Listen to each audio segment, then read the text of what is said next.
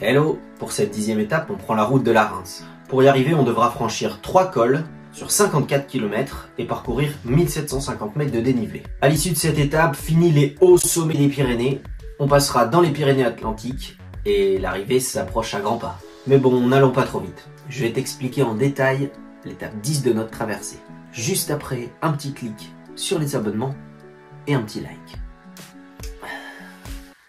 Ouais, je te regarde, ouais. Bah, j'attends que tu le fasses. Bon, c'est bon, on peut y aller.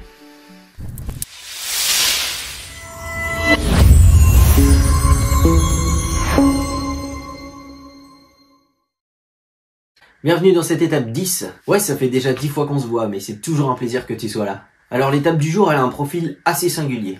On monte quasiment tout le temps jusqu'au 36e kilomètre, pour passer d'une vallée à une autre, et ainsi de suite. On a des courtes descentes entre les cols qui nous permettent de souffler un peu, mais elles sont vraiment courtes. Et on attaque la journée en passant par le col de Bordère, en passant par Estaing. On s'embarque pour une ascension de catégorie 2, avec 13 km et 5% de moyenne. Bon, mis à part les 2 derniers kilomètres, c'est un col qui est assez roulant et qui nous fera passer de la vallée de l'Estaing à la vallée de la Rance. Au terme d'une courte descente, on arrive au pied du col du Soulor. Alors lui, c'est un gros morceau et c'est la dernière ascension des Hautes-Pyrénées de notre traversée. Et donc comme on change pas une équipe qui gagne, on part sur des gros pourcentages avec du 8,2% de moyenne pendant plus de 7 km. Cette fois, c'est constant. Et heureusement que ça dure que 7 km. On aura le droit à une nouvelle descente, toujours aussi courte, pour arriver au pied de l'Aubisque.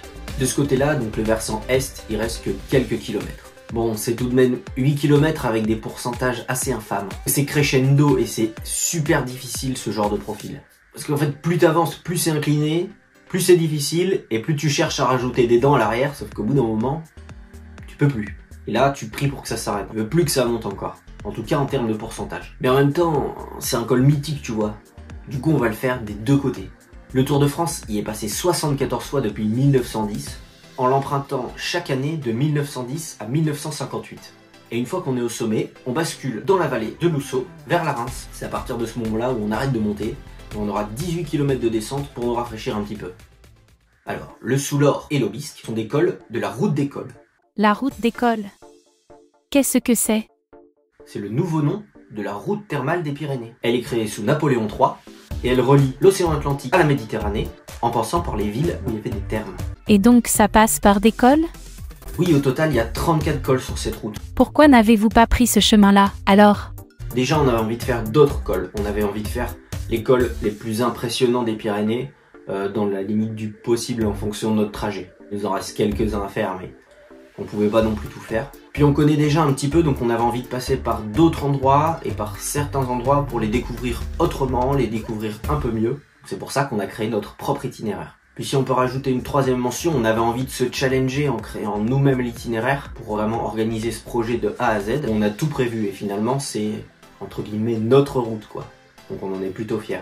Bon, maintenant il faut aller au bout, mais bon, la fin approche. En tout cas, n'hésite pas à nous faire tes retours en commentaire et à nous dire les sujets que tu voudrais qu'on aborde dans les prochaines vidéos. On va faire comme vidéo récapitulative un forum à questions, c'est-à-dire que toutes les questions que vous allez nous poser, on va y répondre dans cette vidéo. Et puis si tu veux revoir les vidéos précédentes, elles sont toutes dans la description. Bon, moi je vais réfléchir à des questions, puis on se retrouve bientôt pour la vidéo 11, qui nous amènera aux portes du Pays Basque. En tout cas, d'ici là, portez-vous bien, continuez à faire vos entraînements, et pendant les moments de récup ou entre les entraînements, n'hésite pas à t'abonner, à liker nos vidéos, et surtout, abonne-toi. Allez, ciao!